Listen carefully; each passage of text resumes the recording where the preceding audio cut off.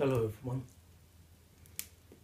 Stephen aka Beerbeard here once again, coming to you from my fireside on a Sunday evening.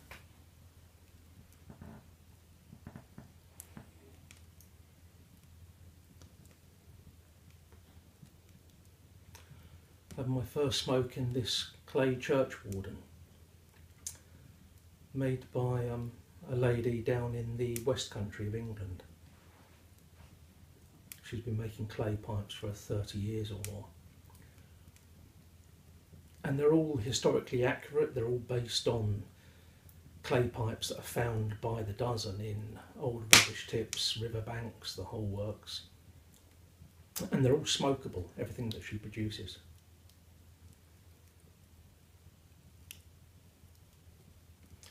So people buy them for smoking, but they also buy them as stage props or for historical reenactments. And she produces a vast range. I'll put a link down below because really should check her out. This is fantastic, it smokes beautifully. A very cool dry smoke.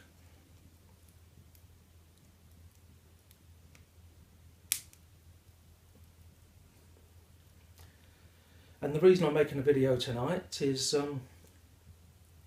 well, I'm feeling a bit down, to be honest with you.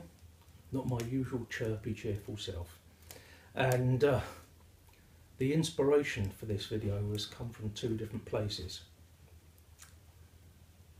Firstly, there was someone who very kindly commented the other day and remarked on the fireside, the beard, the whole works, that had a sort of some wizard-like quality about the video, which was very nice of them to say, very kind.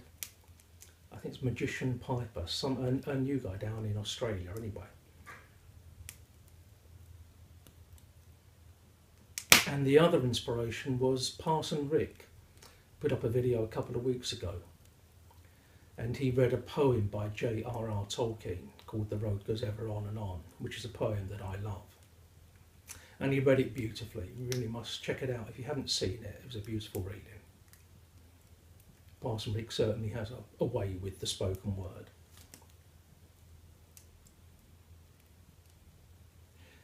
And the combination of the two set me thinking, because I'm a huge Tolkien fan, have been ever since I was a young teenager. I first read The Hobbit back in about 1968, 69 and loved it. I was absolutely captivated by it. I wasn't a huge reader at the time. I did read books, but not a huge reader, and that was like nothing that I'd ever actually read before.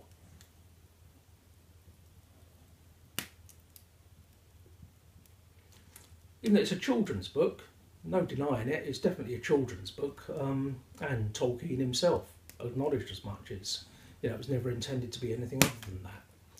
But still a beautifully written and very imaginative book.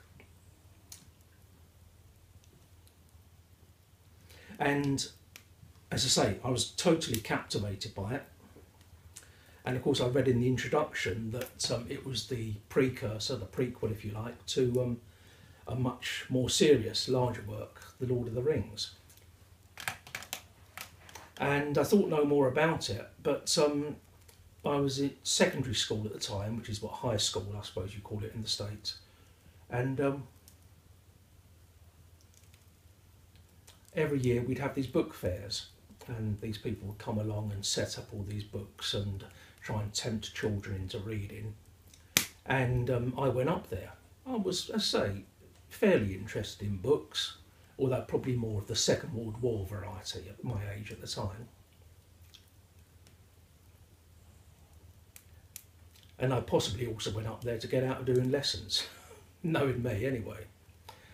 And so I went up to this book fair to have a look around, and I still remember I walked in, and on the librarian's desk by the entrance, because they had the books set up in stands all around, but on the librarian's desk at the entrance they had one book on this stand on the desk and nothing else.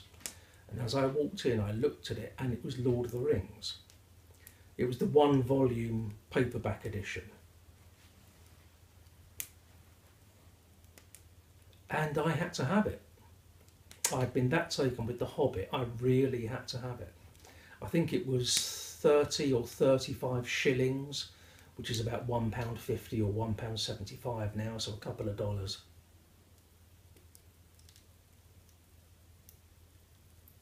But somehow I found the money and I bought it. And I read it cover to cover, and I'd never read anything of that size before. I mean, it was 3 volumes condensed into one paperback book. It was a substantial work. And I was absolutely knocked out by it. And I was to go on reading The Lord of the Rings once a year, every year, for years and years, probably the following 20, 25 years. Never tired of that book, even though it got to the point where I knew every line that was coming afterwards.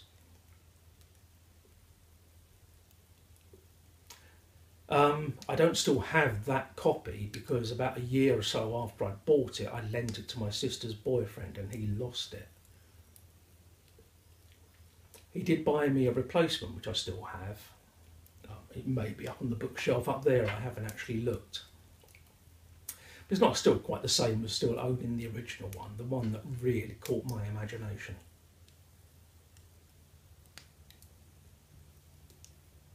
So yeah, I always loved the book, and so when Parson Rick did his reading, it really rekindled memories for me. And on this particular evening, because I'm not feeling 100%,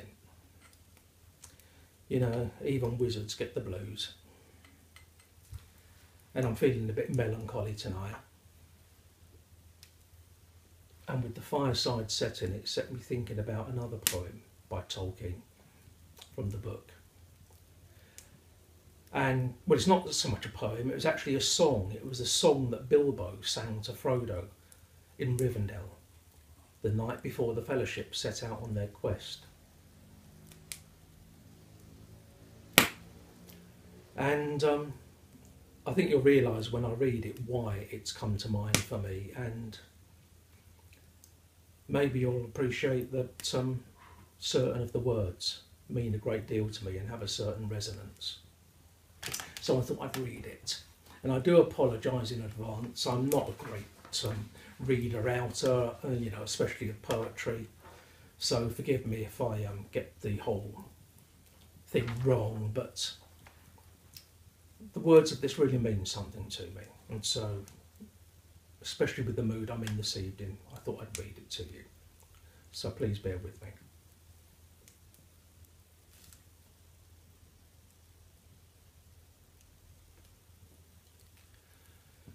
I sit beside the fire and think of all that I have seen, of meadow flowers and butterflies in summers that have been, of yellow leaves and gossamer in autumns that there were, with morning mist and silver sun and wind upon my hair.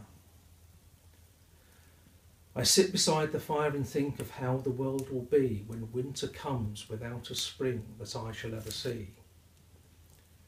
For still there are so many things that I have never seen. In every wood, in every spring, there is a different green. I sit beside the fire and think of people long ago and people who will see a world that I shall never know. But all the while I sit and think of times there were before. I listen for returning feet and voices at the door.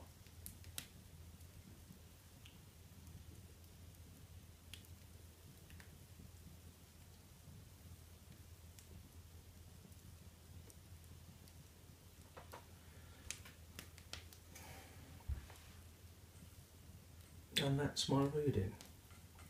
I think the passage that resonates with me the most is, I sit beside the fire and think of people long ago and people who will see a world that I shall never know. But I think everybody that is getting on in years can relate to that. So there we are. If you've stayed with me through to the end, I appreciate it. Thank you very much. And sharing this sort of a downtime with me.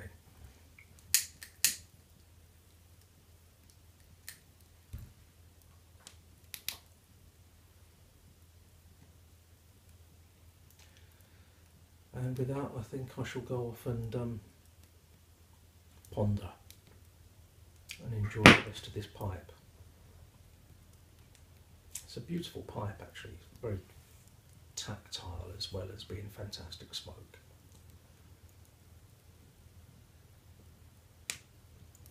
So thank you everybody. If you've stayed with me through to the end and my slightly glum mood, I appreciate it. It means a lot to me. Until the next time, I hope wherever you are and whatever you're doing, you're happy, safe, warm and healthy. Bye everyone. Cheers.